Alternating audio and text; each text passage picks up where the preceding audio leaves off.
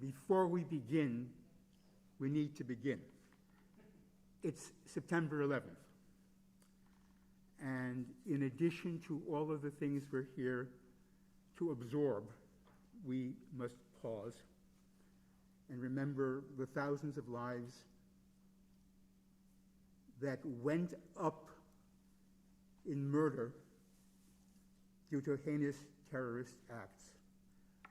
The thousands of people who are indelibly damaged physically, emotionally, because of those heinous acts. The thousands of heroes who came to rescue and who volunteered and were first responders and put their arms around those who were suffering. And we mark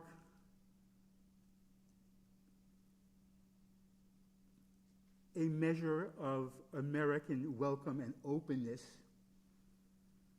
that was so dear to many of us here and to our families. We mark its shrinking. And that, too, is one of the griefs following 9/11. So for those who can comfortably, please let's rise just for a moment of silence.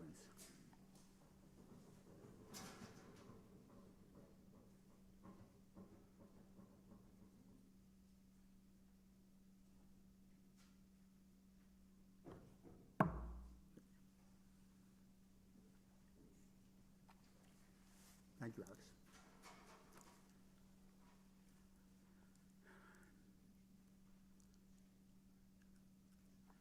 Shalom Aleichem euch, Bruchem Haboyim. Das ist die jährliche Unternehmung von Nusakh Vilna. A Chevre Jiden, srov leben gebliebene noch in Choben, haben sich zusammengenommen und zwei Sachen verstanden. Sie haben verstanden, dass sie müssen sich stützen in dem Zweiten, in sehr Unglück und in sehr Treue. Sie haben verstanden, als Vilna ist nicht stamm ein Städtel und nicht stamm gewähnt einmal, nur Vilna ist gewähnt und bleibt kulturell ein Höhepunkt in der Entwicklung von jüdischen Volk. Und sie haben das gewollt verewigen und mamschig sein. And so for those who don't understand the word I say, number one, Ya-Jhu has excellent Yiddish learning programs. The folks who created the organization Nusakh Vilna were driven by two insights. One insight was that given the unfathomable losses they had experienced, most of them were indeed those who had lived through the Holocaust. Many of them were partisans. Mein Tate Mame, Zechonim Levrocha, were partisans in the woods of Vilna, along with Avrom Sutzkever, Abrashe Sutzkever, and Shmerke Kaczerginski. Abrashe was, whenever he came to the States, he would come in for a glazel tea. They understood that the legacy of Vilna itself was too important as a resource in Jewish identity formation and a resource for Jewish community modeling just to be let go. So what began as an organization that sponsored what in Yiddish is called a Troyer Akademien, a gathering of grief, but also a bulletin and networking throughout the world and supporting publications, including publications from the Ya-Jhu and Kruk's Journal of the Last Days of Jerusalem of Lithuania, Kruk's Tugbuch. they understood they had an obligation to carry Yerusha. And they did.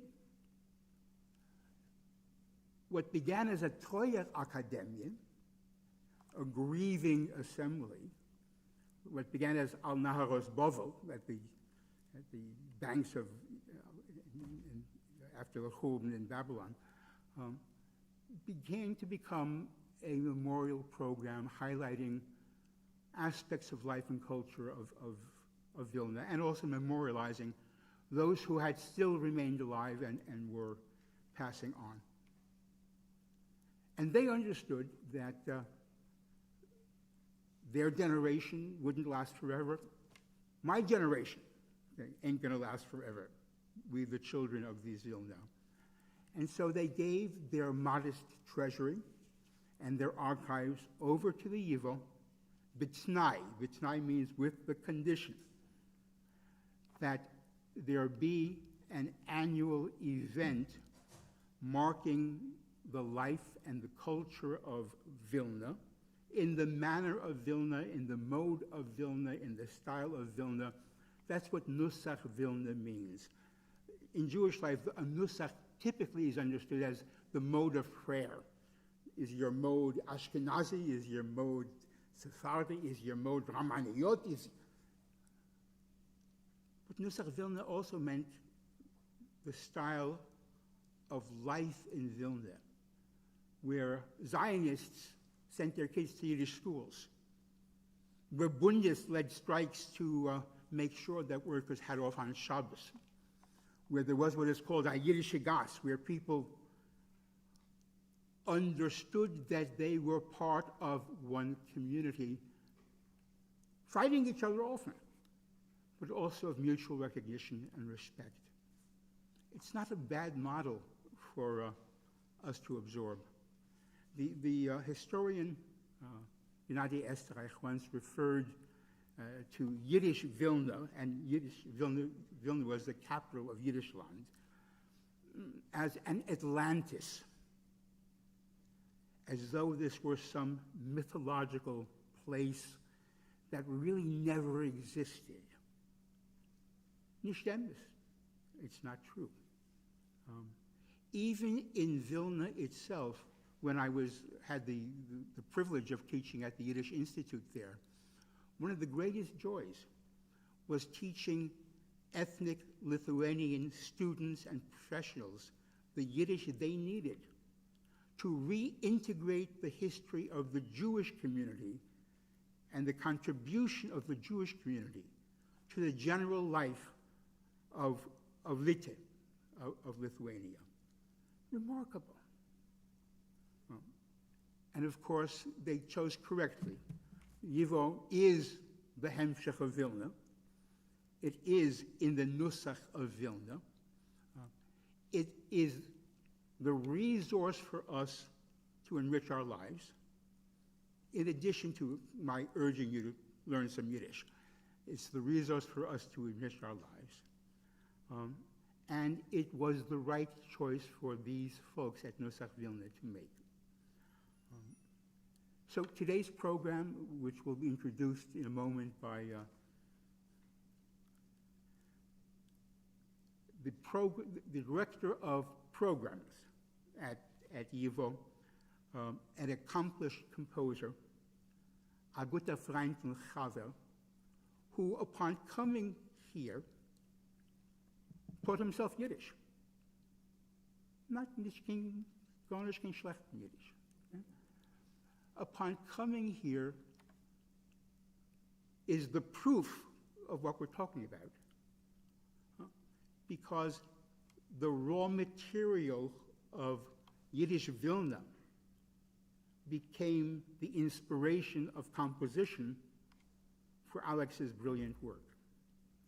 So, es ist Samira Covid nach Vergnügen, überzugeben das Wort Alex Weiser.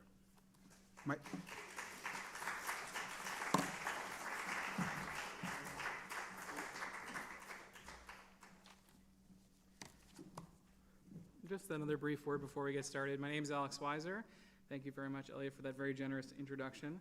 I am the Public Programs Director of YIVO, and it is really YIVO's honor to be carrying the mantle of Nusakh Vilna in this annual event. This is our first time in 3 years in person. We did 2 Nusakh Vilnas online, and we're very happy to have a crowd with us here in person. And we're also now hybrid, so we have, Noch mentioned, we have more people viewing on YouTube and viewing on Zoom. So welcome to everyone in person as well as online. Just a very brief word about YIVO before we get started. For those that don't know YIVO, in addition to carrying this mantle, as Elia so beautifully put it, YIVO has an incredible archives and library which are used by researchers from around the world.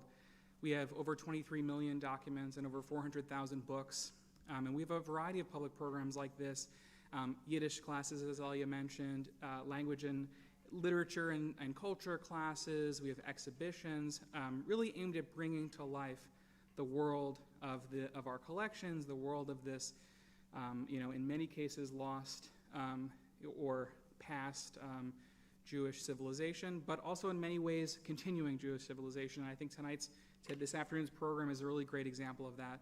So we're going to hear from Professor Justin Cammy in a moment about Avrom Sutzkever and this amazing poetry and the literary world that existed in Vilna. And we're going to hear musical settings afterwards performed by Adrian Rosas and Ya-Jhu that are setting to music poetry of Avrom Sutzkever. And in those songs, we're going to hear both settings from the old world and also settings from the new world. And so the idea is this is very much a living culture. It's very much something that means a lot to us today and that has a lot to offer for tomorrow. So without further ado, I hope you enjoy the program.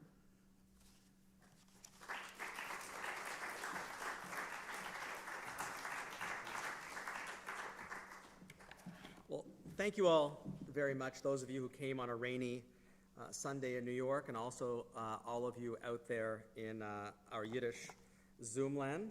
Let me make sure this is on, and maybe we can pull up our first slide. There we go. So I really appreciate this invitation by Nusakh Vilna and also by YIVO to be here today. I have all of the Nusakh Vilna bulletins in my office back in Western Massachusetts, and I have used them for many years for my own research. And I was asked to do a bunch of things in only half an hour. So let's see if we can do that. One was to talk a little bit about the literary world of pre-war Vilna, to focus on the person of Avrom Sutzkever, so that we could have a tie-in between what I'm talking about and what our performance will deal with, and also to use an archival document from the YIVO collection, and to do all that in a way that perhaps allows us to both celebrate exactly what was presented to us a few moments ago, and also to be in the spirit of the organization Nusakh Vilna. So I've spent most of my academic career working on something that I like to call When Yiddish Was Young. And that's really a reaction to what happened to me when I was an undergraduate student. This reaction that if you're a young person studying Yiddish, the assumption is that Yiddish is old, that Yiddish is murdered, that Yiddish is elderly, that Yiddish is dying, right? And of course, there are truths to some of that, but once you get into the world of Yiddish, you realize that this was a culture that very much was vigorous, vibrant, focused on youth, focused on the future, and that's really what excited me the most. So just maybe perhaps to root ourselves in this idea that was introduced to us just a moment ago of Nusakh Vilna, this intertwining of the past and the future as the basis for what became known as Nusakh Vilna, or the Vilna style. This mixture of tradition and pioneering spirit inspired by intellectuals and writers and by the people themselves.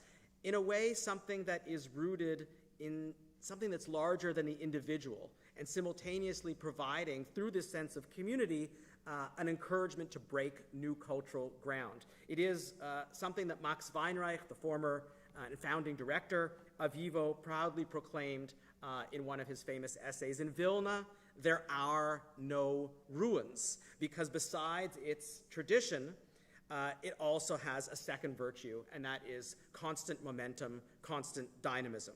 So Nusakh Vilna's self-promotion as a defender and also as a producer of Yiddish highbrow culture also sought to distinguish the city from, of course, its biggest competitor, and that was Warsaw. Vilna's Yiddish establishment accused Nusakh Varsha, or the Warsaw style of using Yiddish as a tool for perhaps propaganda and for Schund. And from the perspective of Vilna's ideological Yiddishists, the future of modern Jewish life rested upon really three foundations. One, pride in the Yiddish language. Two, secular humanism. And three, a firm sense of doism, of here-ness, of rootedness in the Vilna cityscape and in the broader landscape, both cultural, human, and of course also physical. So Yiddish culture, in that view, would replace perhaps Judaism in its older forms as the core definer of a Jewish nation, with Vilna as its citadel. So Vilna's special hold on its residents' imagination was evidenced by clearly the number of histories that were written by Vilna natives about their community over the years. Pride of place drove them to advertise and to celebrate its centrality, and while it was still under the control of the Tsars, these included Fuhn's Kirya Ne'emana, 1860, Hillel Steinschneider's Ir Vilna, 1900, the community's travails during World War I inspired Tzemach Shabbat and Moshe Shalit's Vilner Sammelbuch, 1916, republished in 1918, Heiko Lunsky's Von Vilner Ghetto, Gestalten und Bilder geschrieben in schwere Zeiten, 1918, Salman Regesen's Pinkes für die Geschichte von Vilna in die Jahren von Milchome und Okkupatie, 1922. This is a lot of writing about a city by its residents or by its former residents. All of these to produce a deep sense of local historiography. And efforts to promote that civic pride in the interwar period were then taken up not only by historians and amateur anthropologists, Moritz Grossman's Yiddish Vilna in Wort und Bild, Grodzensky's Vilner Almanach, and Zalman Schich's magisterial Tausendjahr Vilna, 1939. But even those who left Vilna still claimed the city as an important lieu de mémoire for the broader Jewish world, as in Yefim Yeshurin's Vilna, a Sammelbuch gewidmet der Stadt Vilna. So this was, of course, published here in New York in 1935. So what's astonishing about all of these efforts to chronicle their city, especially during the interwar period, is this disjunction between celebration of Vilna as a center of Jewish culture and its socio-political realities. Because when one looks at archival photographs or poems or stories from the period, especially from the 1930s, we see accentuated mention of filth, of structural decay, of beggars, of prostitutes, of intense material poverty. Perhaps local patriotism then was used to export an image of the city in which Yiddish culture nurtured, sustained, and united the Jewish population at large, not only locally, but even more broadly. Yiddish was also, of course, promoted to provide residents with a sense of cultural security, of their own cultural security, to compensate for their economic and political vulnerability. 85% of Jews famously claimed Yiddish as their native language in the official census of 1931. They were encouraged, they were really asked by the community to claim Yiddish on the census as their native language. Yet this statistic is also belied by the reality that when you dig deeper into those statistics, an increasing number of parents in the 1930s were not sending their kids to the local Yiddish secular schools. They were sending them to Hebrew schools, to Talmud Torahs, or to the Polish language school system. So it's into this environment, or we might call it this paradox, that the group Yung-vilne or Yung-vilne emerged.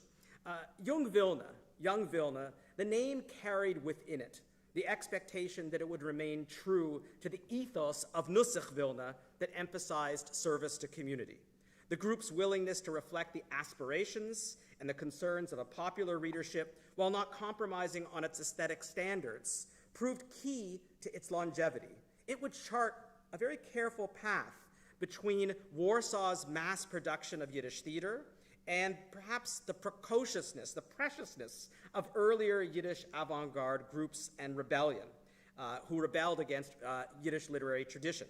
So the idea here that we talked about earlier of Nusakh Vilna, of dynamism rooted in tradition, of modernist experimentation that wanted to bring the people with them rather than going too far in advance of the population. The blessing of Yung-vilne was, according to Shlomo Baylis, that it was not a choir, but a collection of amazing soloists. So each member of this group excelled in a different possibility, whether it be Lazar Wolf's grotesques and parodies, or Chaim Grade's poetry wrestling with Jewish tradition, or Elchanan Vogler's symbolist poems set in the Lithuanian landscape, or Kaczerginski's radical lyrics and short stories, or Peretz Moransky's renewal of the Yiddish fable, or Moshe Levin's prose naturalism, or Shimshon Khan's odes to Vilna and to the local Roma population, and of course, Sutzkever's neo-romanticism. Yung-vilne tried to put into place all of these ideals of Nusakh Vilna by recognizing the importance of making itself available to the community, and whenever it could do so, it did, whether it be providing skits for the city's homegrown art theater, or materials for its famed Yiddish puppet theater, or traveling to local towns, or appearing for yearly public readings as a group, or whenever a group member published a new book. And this is really exemplified, perhaps, by Vilna's iconography. So we see here in the previous image, Yung-vilne's first journal from 1934, designed by Benzion Nichtem. And what we can clearly see in this image is those two things. On the left-hand side, perhaps we might think of the industrialization, the proletariat. On the right-hand side below, we see the famous iconography of Vilna's traditional Jewish quarter, all with a rising sun in the background and very modernist type. And we see a very similar thing designed by Nichtem in the group's second journal, right? We see sort of the image of youth, but that image of youth is rooted firmly, its feet, in an urban landscape that would be recognizable. And you notice how the arch of Yung-vilne, the spelling, is also meant to perhaps bring up the idea of utopian possibilities. When Nichtem, after the journal, had to design the group's emblem, perhaps we see something very recognizable, the two arches there, but notice the two arches in the traditional Jewish quarter, out of them comes a young sapling. Out of them comes a new growth. So we have in this idea the new rooted in the old, as opposed to the new rejecting the old, or the new transcending the old. And this brings us, I think, to Avrom, or a young Avrom Sutzkever, because it wasn't only the covers that proclaimed this combination of new and old, or respect for tradition while trying to innovate from within tradition. But we also see within Yung-vilne journals a very clear and important reference and respect for the local struggles of Yiddish readers and Yiddish speakers. We see this also in Nichtem's, an example of Workers' March in one of its journals. So this is an image of a very young Avrom Sutzkever, and I think there's dangers that at moments like this, especially moments of commemoration, of awesome commemoration, that we not lose our critical sensibility, that we not allow ourselves to become too saccharine, because, of course, the Litvaks would not have wanted us to be too saccharine, and they wouldn't have wanted sentimental readings of Yerushalayim Delite.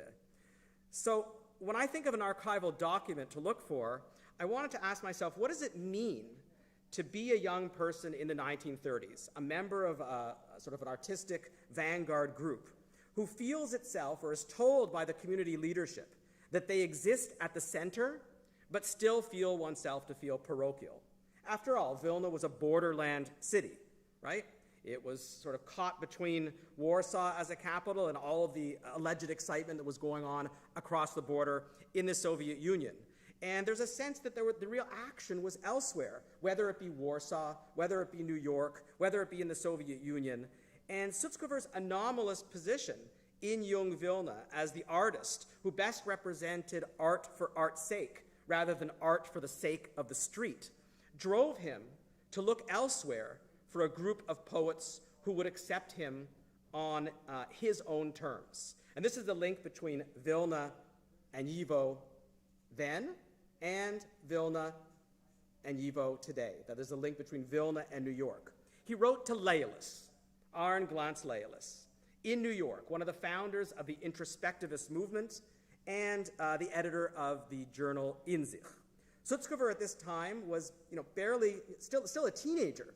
And in his mind, the introspectivist poets, not his colleagues in Vilna, represented the independence of Yiddish literary high culture from the demands of mass culture. And ever since the birth of Inzich in 1920, its poets had defended certain principles that Sutzkever also gravitated towards, especially experimentation with language, experimentation with versification, a belief in the poem as a kaleidoscopic reflection of the individual, of the internal, and the subjective world of the poet, and an insistence that as a Yiddish writer was a Jewish writer by virtue of his language, not necessarily by virtue of his themes.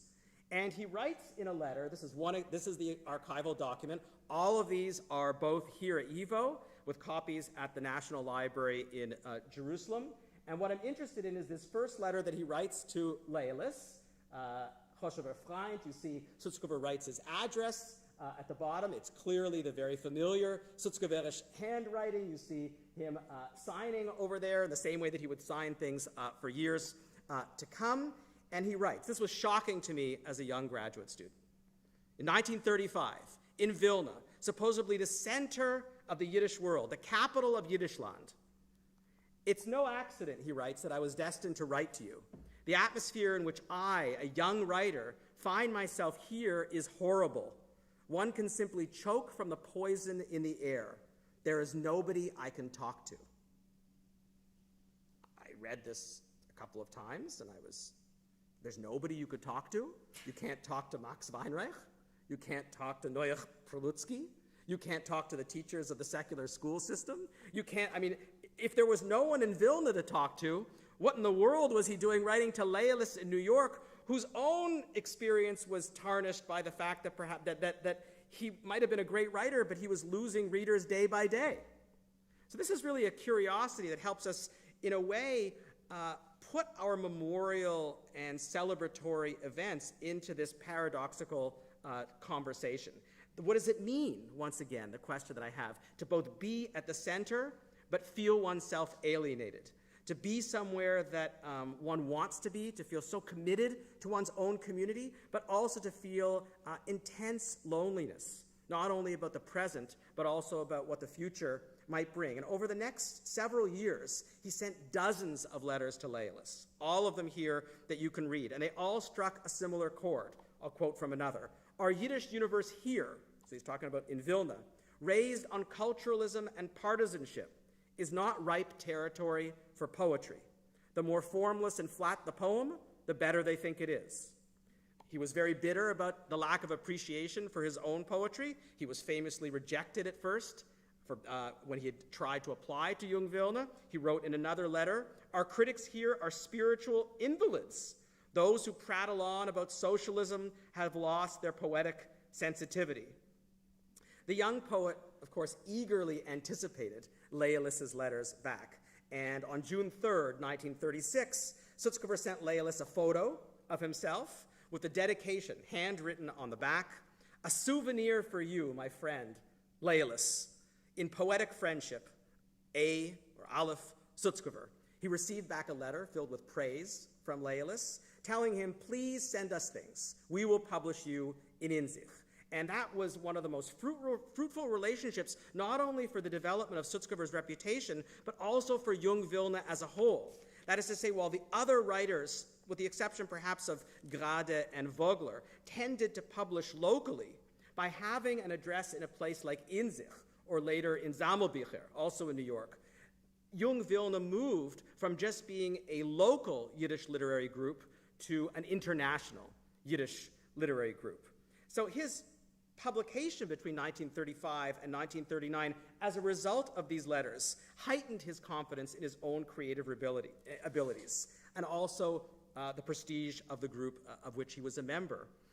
Now, it grew increasingly difficult for Sutzkever to distance himself from the very internal politics that he was criticizing in 1936. Lucy Davidovich, who wrote, I think, the most amazing memoir of Vilna in the late 1930s, saw him regularly since they were both students at YIVO, taking courses there, and recalls that Sutzkever always hedged his political bets by flirting with a variety of ideas depending on who he was talking to. But Stalin's purges and crackdown on Yiddish culture disillusioned him permanently about the Soviet Union. And he writes at a certain point, the communists, especially the Jewish ones, are finished. Sutzkever writes this. But the next line is perhaps the one that's more interesting to us, especially in our own partisan moment. But we must not allow ourselves to forget, he then adds, that we are all one people. This is amazing, right? That is, he doesn't write them off. He doesn't socially ostracize them. He doesn't say, I have nothing to learn from you. I have nothing to talk to you about. I don't want you to read my poetry. No, he says, it may be true that I've now seen the light, but and even one who hasn't, we are all still a member of a single people. And earlier in 1936, in his famous poem, Gates of the Ghetto, well before the Vilna Ghetto of World War II, he writes these wonderful lines where he talks about hearing the fever of a mute generation. Isn't that amazing? First of all, how can you hear something that's mute? And what is a fever of a generation?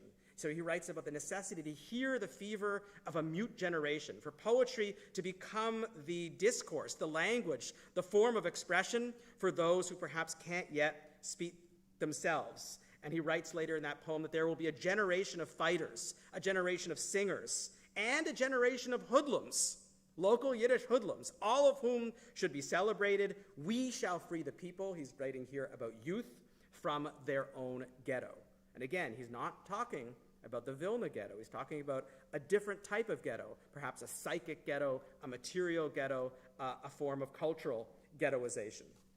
So if Sutzkever was to associate with any one political movement in this period, it was perhaps inevitable that it would have been the territorialists of the Freeland League. And it didn't hurt that attorney Joseph Chernichov and his son Mickey, the local leader of the Freeland League and the founder of its youth wing, Sparber, or Hawk.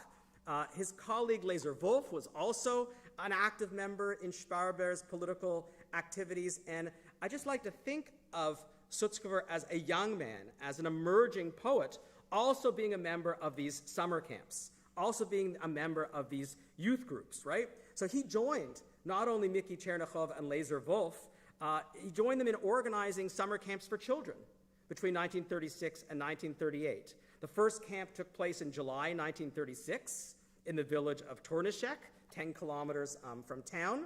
And his experience earlier in the decade as a member of the Yiddish scouting organization, Bien, convinced him of the importance of a local Yiddish poet also having a connection with the community.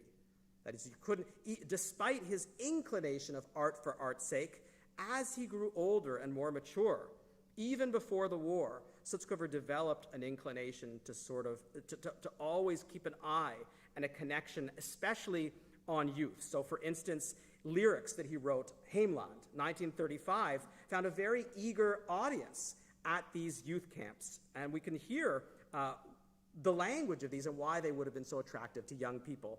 Now, when my eyes are drawn to the blue Vilna River, they once again become your blue light. And I bite into your earth as into the juice of an apple, and you take up my words as passionate sparks.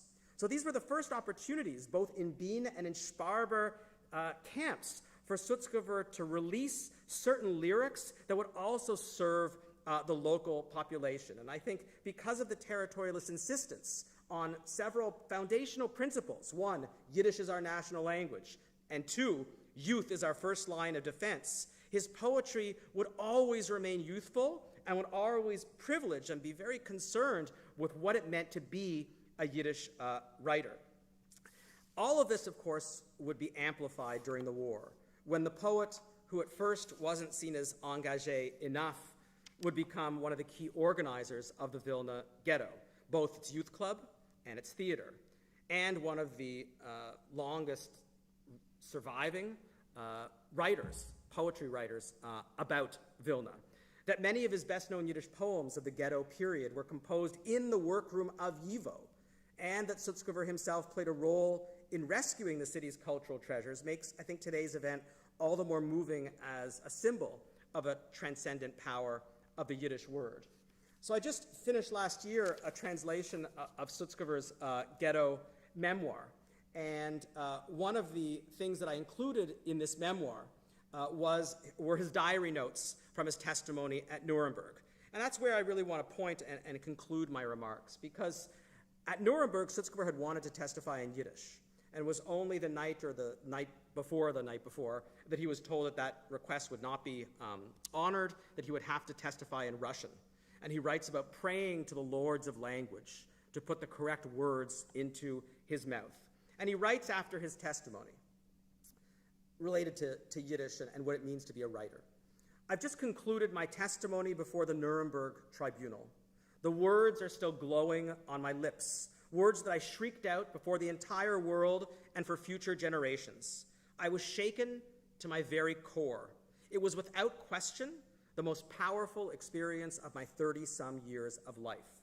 It's still difficult for me to take stock of my feelings. Which is stronger, my sorrow or my desire for revenge? It seems to me that greater than either is the radiant, and this is the key line, the radiant, the powerful feeling that our people lives, that it has outlived its executioners, that no dark force can annihilate us, and that in a Jewish twist of fate, a Yiddish poet, perhaps one of the last Yiddish poets from all the ghettos of Europe, has come to Nuremberg to cast judgment.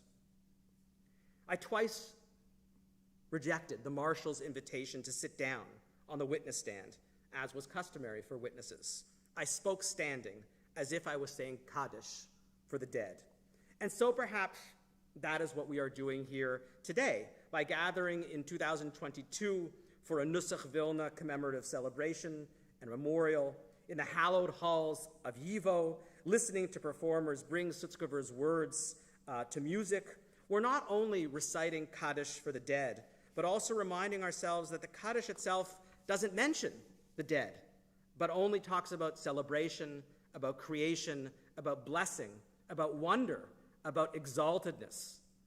And one need only look at Sutzkever's, my favorite poem of the wartime era, Gesegenisch, Farewell, 1943-44, which opens in the voice of the individual speaker.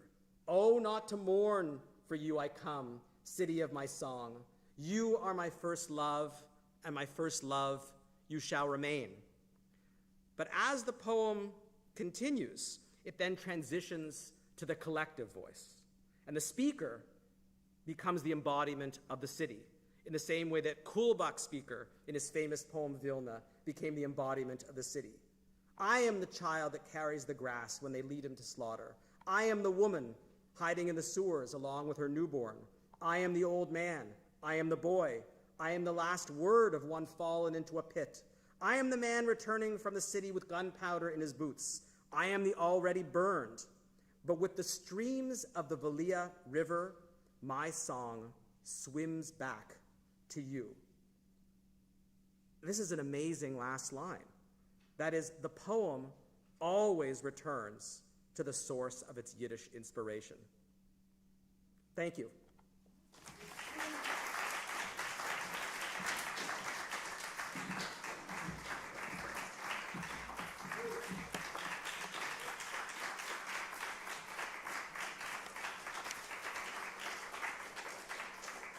A big thank you to Professor Cammy, and just to say that book is a very wonderful contribution to the field, and we'll have a few copies for sale during lunch afterwards, so if you're interested. And I also neglected to thank the Lithuanian Culture Institute. We're very grateful that they've provided some support for today's program, and they're a partner with us for many programs, so we thank them. And now, without further ado, one final note. After the musical portion, there will be, as is usually the fashion at Nusakh Vilna events, we'll finish with singing the Zognit Kein Mol, so make sure to join in. But for now, I want to welcome Adrian and Ya-Jhu to the stage.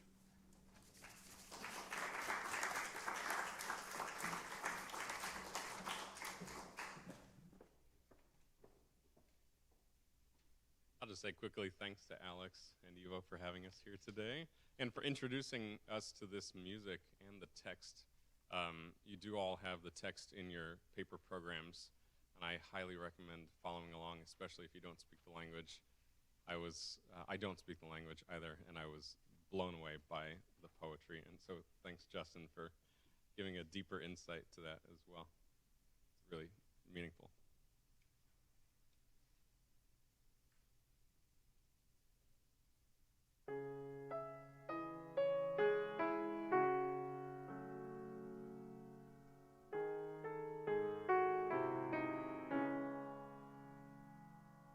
Wo Stern wie Tischgelech oben in Feld sich gepaschet, wo kommest dich oben in Kinder geräuscht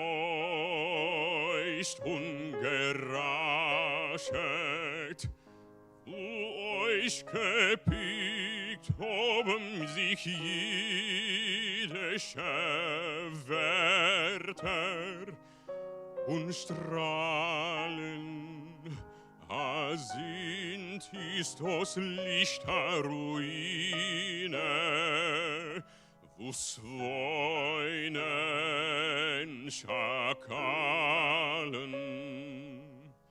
Versunkene Schiffen in Jan kommen losen Asimen, als es Meister soll zwischen Haifischen Messers der schwimmen, zu sehere Eutres und bringen von dem sein Bascheter.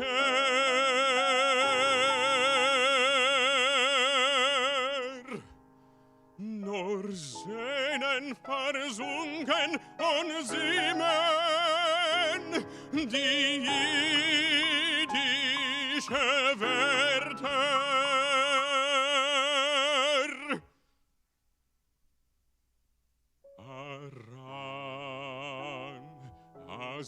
Zeit oder Unzeit von Tias Hamaisim und dorten der seh ich wie kinderlich unter Talesim bewegen sich jüdische Wärter aus Sehnen versunken und lichtig verblut ihm die Sonnenschein und sehre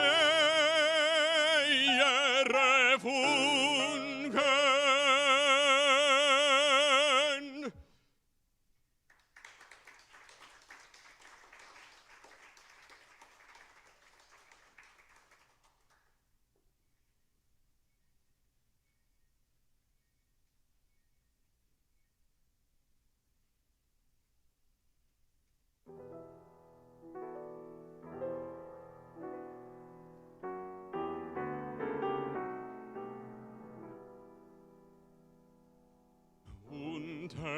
Deine weiße Stern streckt zu mir dein weiße Hand. Meine Werte sehnen Tränen, willen ruhen in dein Hand. Seh es dunkel, sei finkel, in mein Keller dinken Blick. Und ich hab gar nicht kein Winkel, sei zu schenken dir zurück. Und ich hab gar nicht kein Winkel, sei zu schenken dir zurück.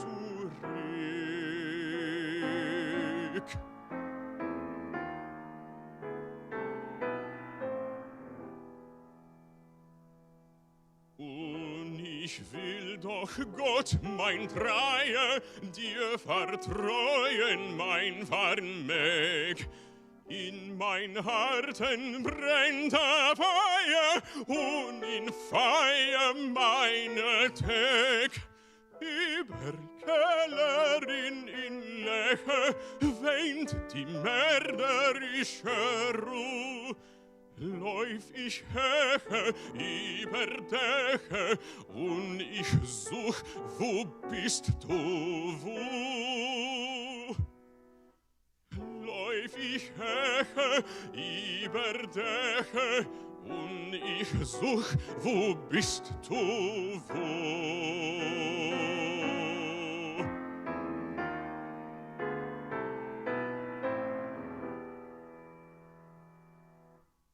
Nehmen Jungen mich mesrune, Trepp und Häufen mit Gewoi. Häng ich geplatzte Strune, und ich sing zu dir als Heu. Unter deiner weiße Stern streckt zu mir dein weiße Hand.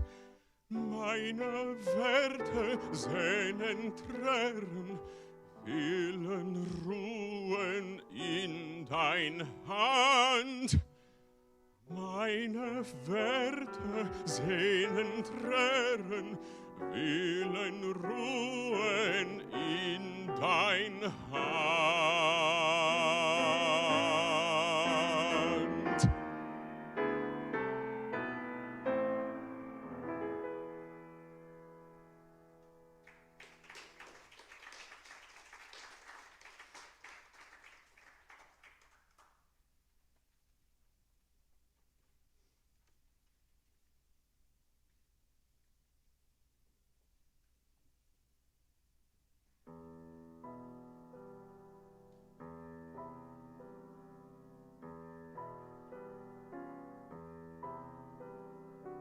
Unter deine weiße Stern streckt zu mir dein weiße Hand.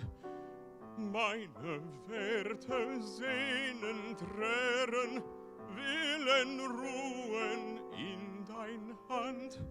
Seh, es dunkelt, sehe Finkel in mein Keller dicken Blick. Und ich hab gar nicht kein Winkel, seh zu schenken dir zurück.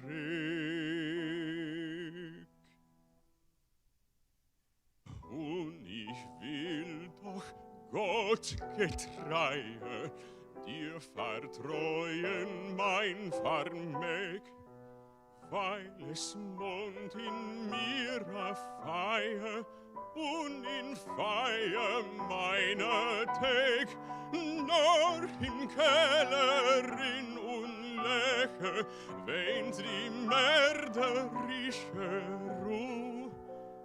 Läuf ich heche über Däche, und ich such, wo bist du, wo?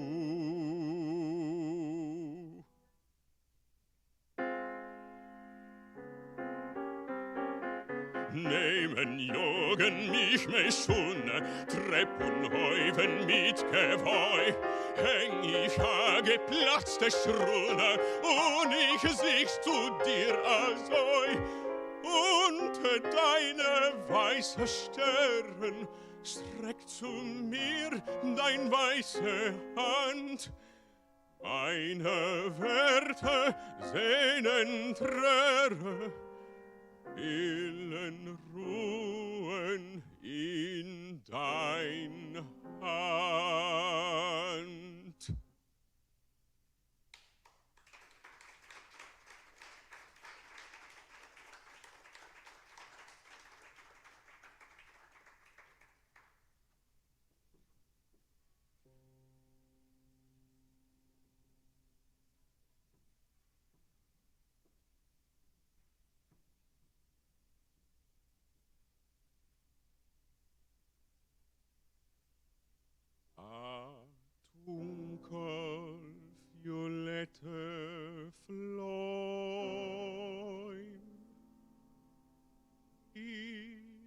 letzte Affenbäum.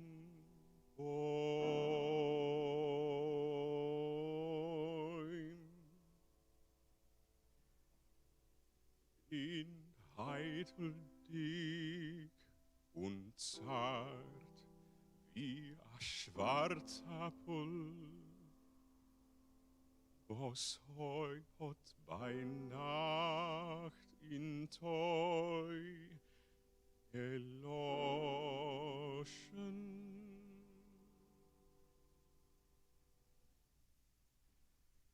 Liebe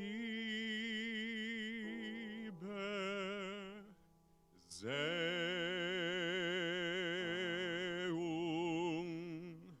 Zapel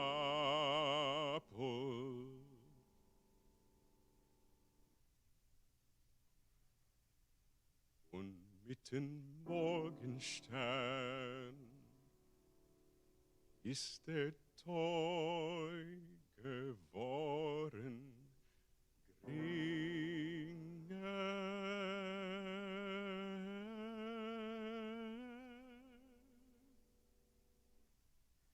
Das ist Poesie.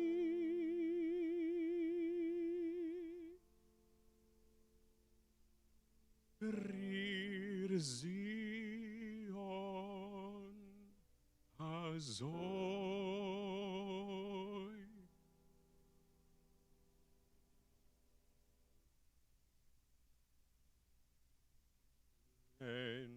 Sollen nicht sein kein Simen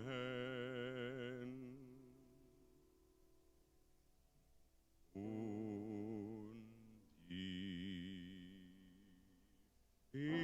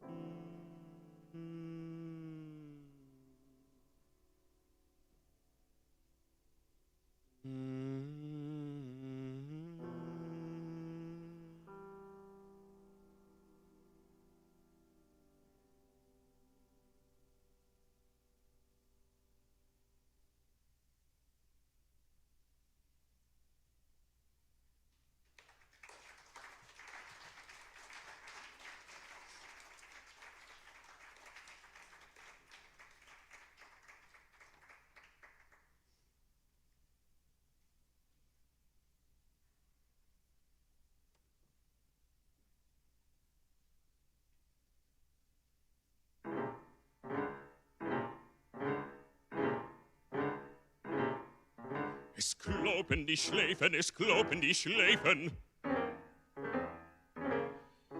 Galopp, Galopp, Galopp, Galopp. Zwei Reiter, behornend, behornend.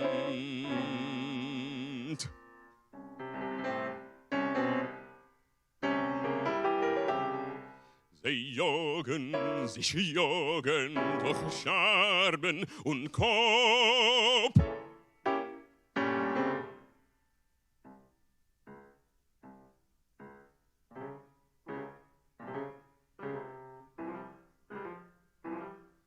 Ein Reiter ist weiß und der andere schwarz. Und beide in Ringen von Gewurre bepanzert.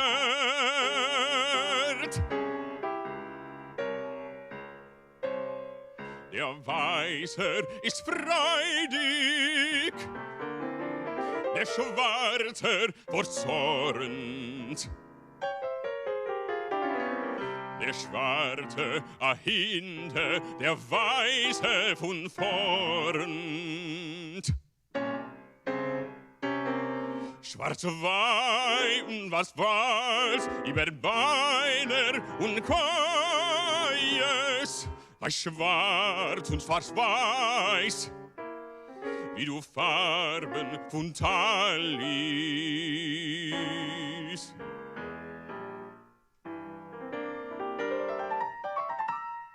Der Weißer, es jogt mit der Tunika vorne. Der Schwarze, Sakone, Sakone, Sakone.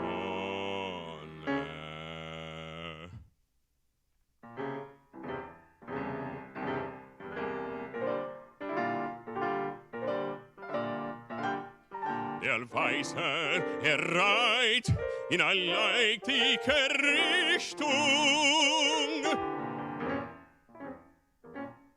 Der Schwarze verlässt jeden Funk, jeden Lichtung.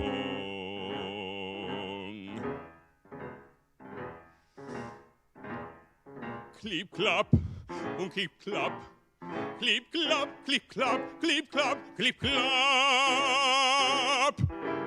Noch ein Geurels Befehl.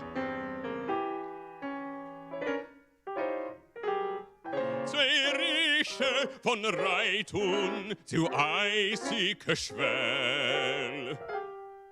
Und kommen zu einziger Schwell, kein bloß einer.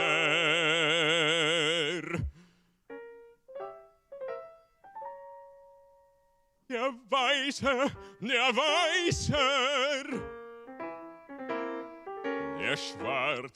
Der Schwarte, es blinden die Augen. Es klinten die Beine. Wie windige Reifen und Sturm gekeiglet. Es jogen die Reiter durch klappige Schleifen. Als weiter und weiter, als weiter und weiter.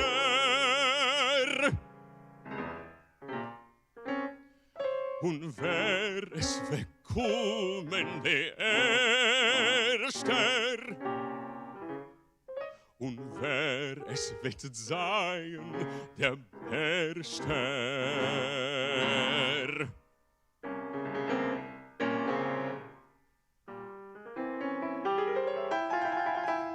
Wird wenn verschrieben.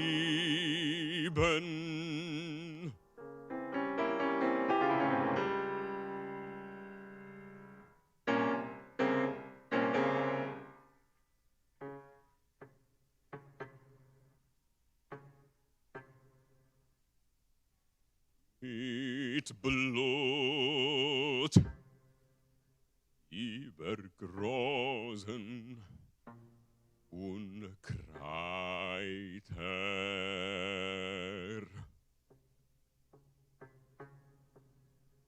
Mit Blut über Großen und Kreiter.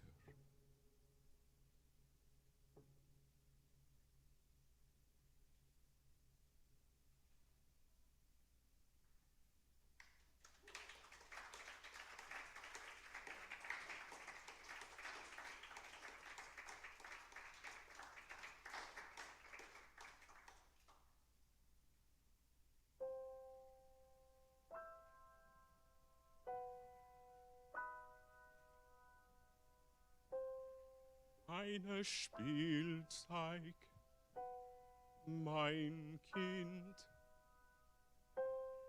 alt seit Dreier.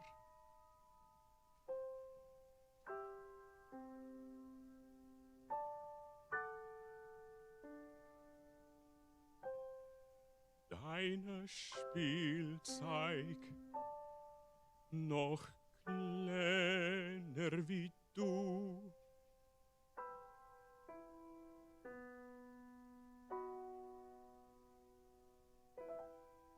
Und bei Nacht, wenn ich schlaf in das Feuer,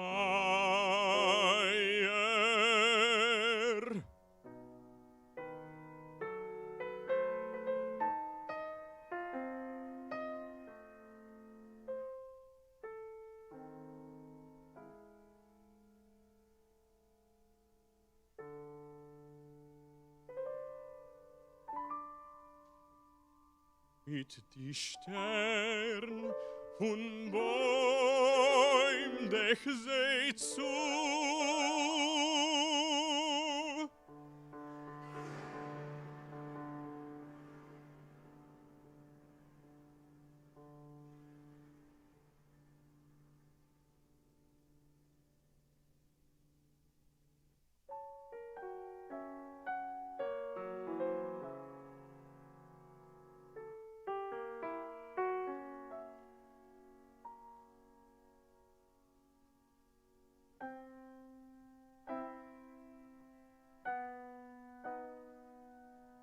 Los dem goldenen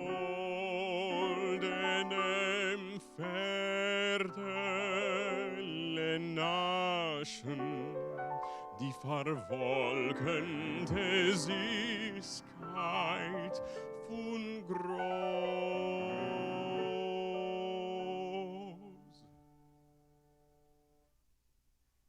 Und dem Jüngel so an die Kamaschen,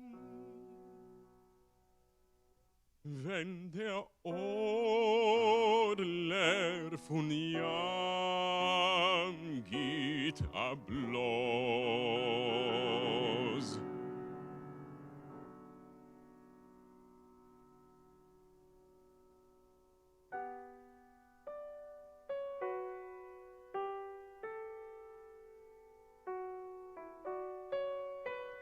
Und ein Leilke tu on apaname,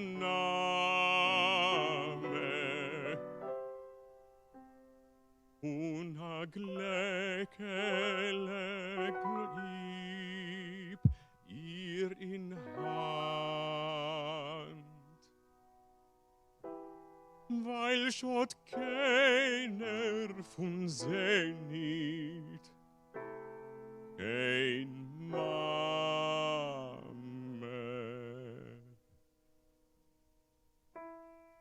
Und sie weinen zu Gott bei der Wand.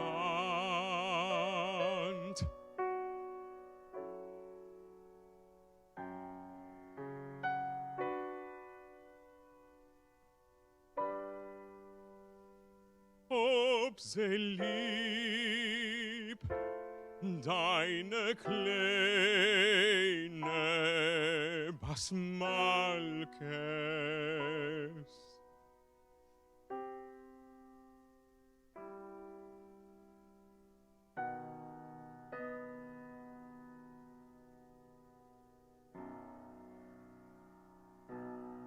ich gedenk as a Tag weh und Wind.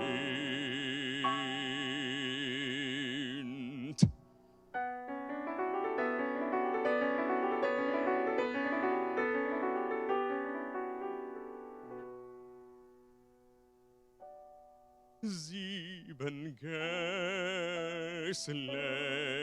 und alle mit Leilkes, und die Stadt ist gewähnt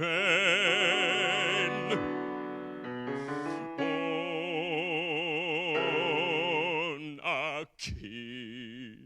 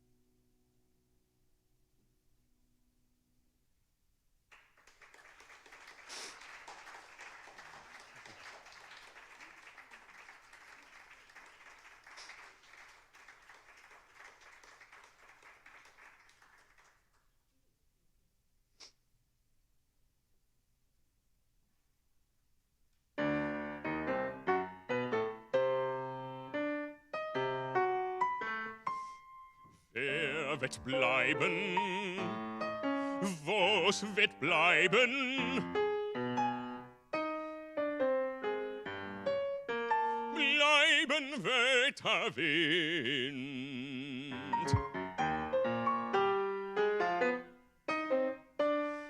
Bleiben wird die Blindheit von dem Blinden, was versteht.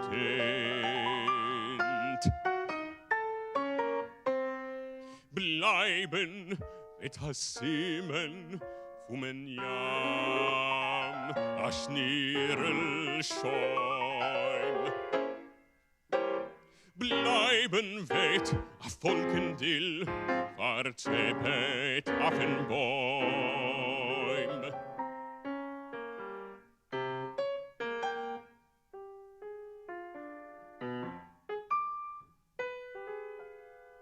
Wer wird bleiben? Was wird bleiben? Bleiben wird a Traf.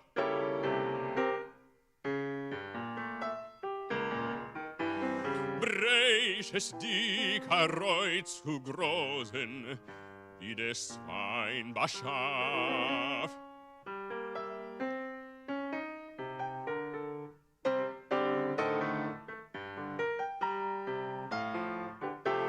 Bleiben wird a Fiddlereus, le Covid, sich allein, 7 Großen, von die Großen wollen sie verschehen.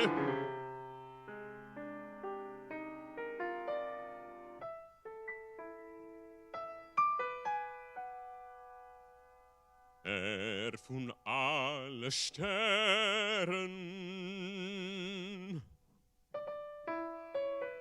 als von Zwofen bis aher, bleiben wird der Stern, wo's herfällt in Sammeträr. Ständig weht a Tropfenwein, euch bleiben in sein Krug.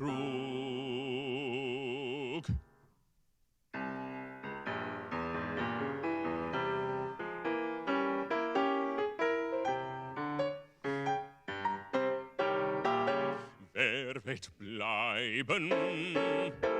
Wer wird bleiben? Gott, wer bleiben? Gott wird bleiben. Ist dir nicht genug?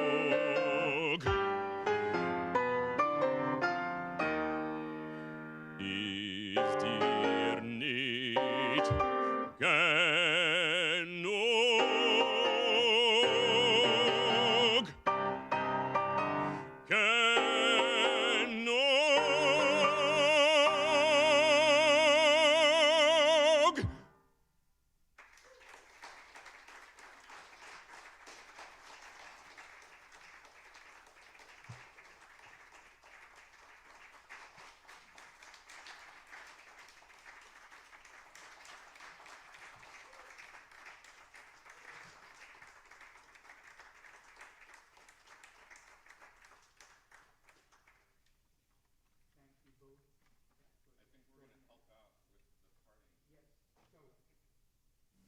It is traditional at a Nusakh Vilna event, and at many of these events, to conclude with the singing of the Hymn of the Partisans, Zognish Kemo.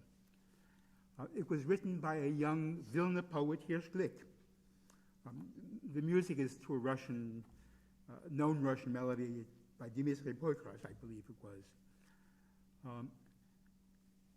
And it almost anticipates the line that you quoted, Justin, from Sutzkever at Nuremberg, because the very last line of this Partisanathem is "Wir seien da."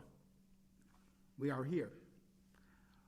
For many of us, this was not just a ceremonial song that was sung at particular events, but it was a statement of who we are and an honor that we gave to those who brought us here. And so I would ask friends for whom it has that meaning to come up not as performance, but to help lead the others in the singing of this. Come.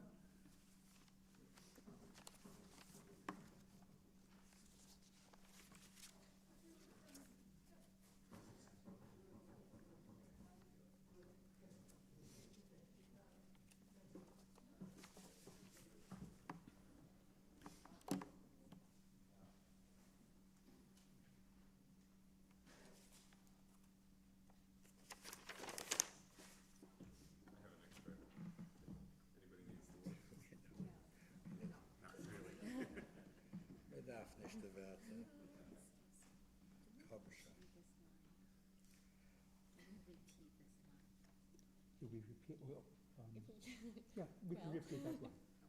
It's done either way. We can repeat the line. We have to defer to Elia's good counsel.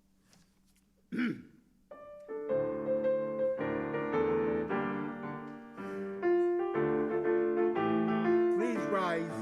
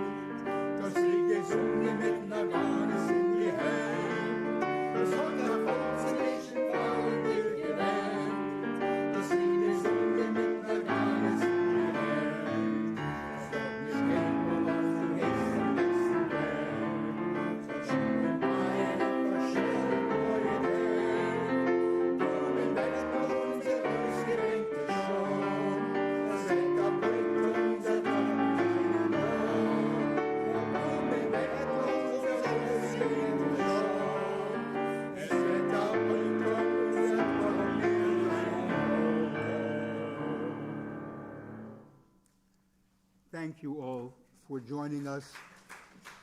Thank you, Justin. Thank you, Ya-Jhu. Thank you, Adrian. Thank you, Alex. There is a Yiddish expression, was kleiner der Elam als größer die Simche. The smaller the crowd, the greater the celebration. And this was a celebration of the life and culture of Vilna, and a very memorable one at that. May we all have a decent and good and healthy year, and hope that you're able to come to this program and the many other extraordinary offerings that Ya-Jhu presents us. Agut Yo.